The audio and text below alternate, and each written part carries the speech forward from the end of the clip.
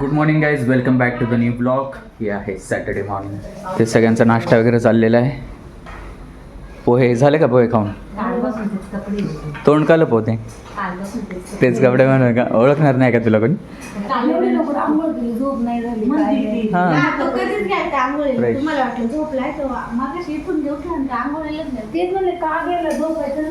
नाही, आता कुठे झोपते? सकाळी सकाळी चांगली आहे. तर विषय चालू होता कोणाच्या घरी कोणतं कमोड आहे, इंडियन स्टाईल आहे, वेस्टर्न आहे वगैरे. हे नंदावशीने असं काय नाही लावलं, तसं लावलं, मला बसता नाही जास्त वेळ वगैरे, असे सगळे विषय चालू आहे घरगुती. And as you know our blogs are very candid. तुम्ही हे पण ठेवणार आहे त्याच्यामध्ये. मग कसं, कोणाला काय काय प्रॉब्लेम आहे का? काय नाही ना? आता नाही ना काय प्रॉब्लेम? कॅमेरा चालू झाल्यावर आता सगळं ठीक आहे.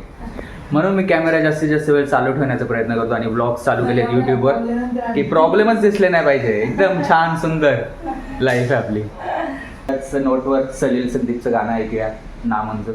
मी तुम्हाला ब्लॉग्समध्ये ऐकून एकदा दोनदा मेन्शन केलं असेल की आमचं गाव नगर जिल्ह्यातलं आहे आणि आमच्या इकडे ना गावाकडे कसं आहे, सगळीकडेच मिळते, आमच्या इकडे असं काही खास नाही आहे. डोके दुखायला लागलं की 1 रुपयाची क्रोसिन गोळी किराण्याच्या दुकानातच मिळते, मेडिकलमध्ये जायची गरज नसते. 1 रुपयाची क्रोसिन गोळी, सॅरेडॉन, अजून कोणती का?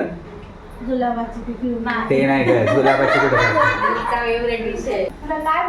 अशी तशा गोळ्यांसारखी अजून एक गोळी पण मिळते, आंघोळीची गोळी. ती ती ही ही ही ती ताई आहे, हिने इंट्रोड्यूस केलेली आहे ती. आंघोळीची गोळी खाल्ली म्हणजे आंघोळ करावी लागत नाही आणि बादलीभर पाणी वाचतं आणि वेळ पण वाचतो. अशी सगळी फिलॉसॉफी या शोभाताईने आम्हाला इंट्रोड्यूस करून दिली आहे. कपाटाचा नाही विषय आता चालू, आंघोळीचा विषय चालू.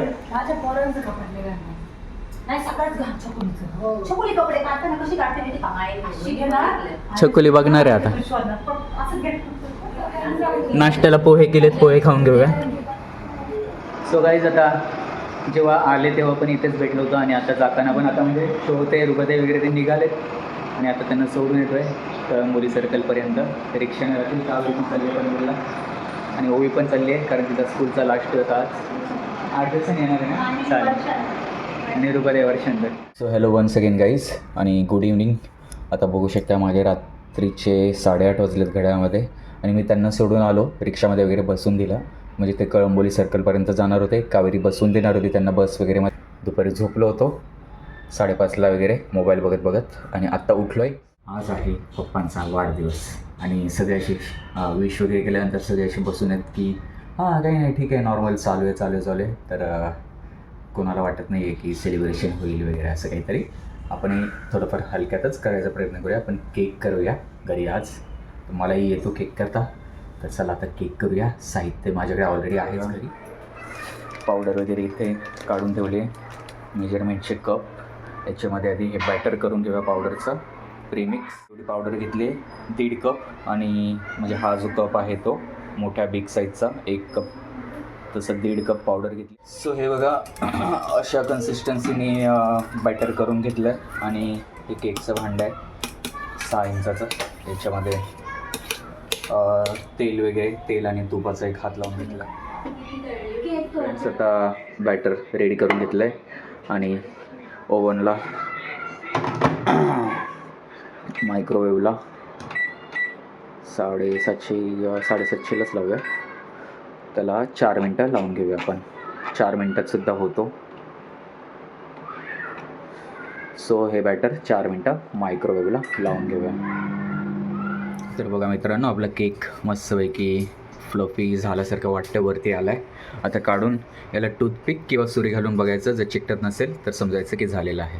आणि थोडं थंड करायला ठेवायचं आणि त्याच्यानंतर याच्यावर क्रीम आणि जे चॉकलेट गनाचे असतं ते अप्लाय करायचं. ही सुरी घालून बघायची आणि काही सुरीला लागत नाही आहे, याचा अर्थ केक व्यवस्थित झालेला आहे. मित्रांनो, इथे चॉकलेट गनाच रेडी करून घेतलेलं आहे. म्हणजे थोडं दूध मिक्स करायचं या चॉकलेट बारमध्ये.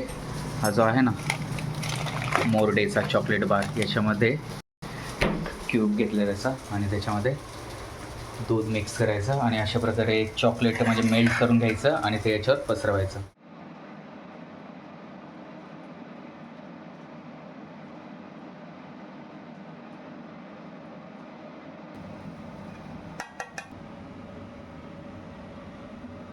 आता फ्रेंड्स आता केक कट करून घेऊया.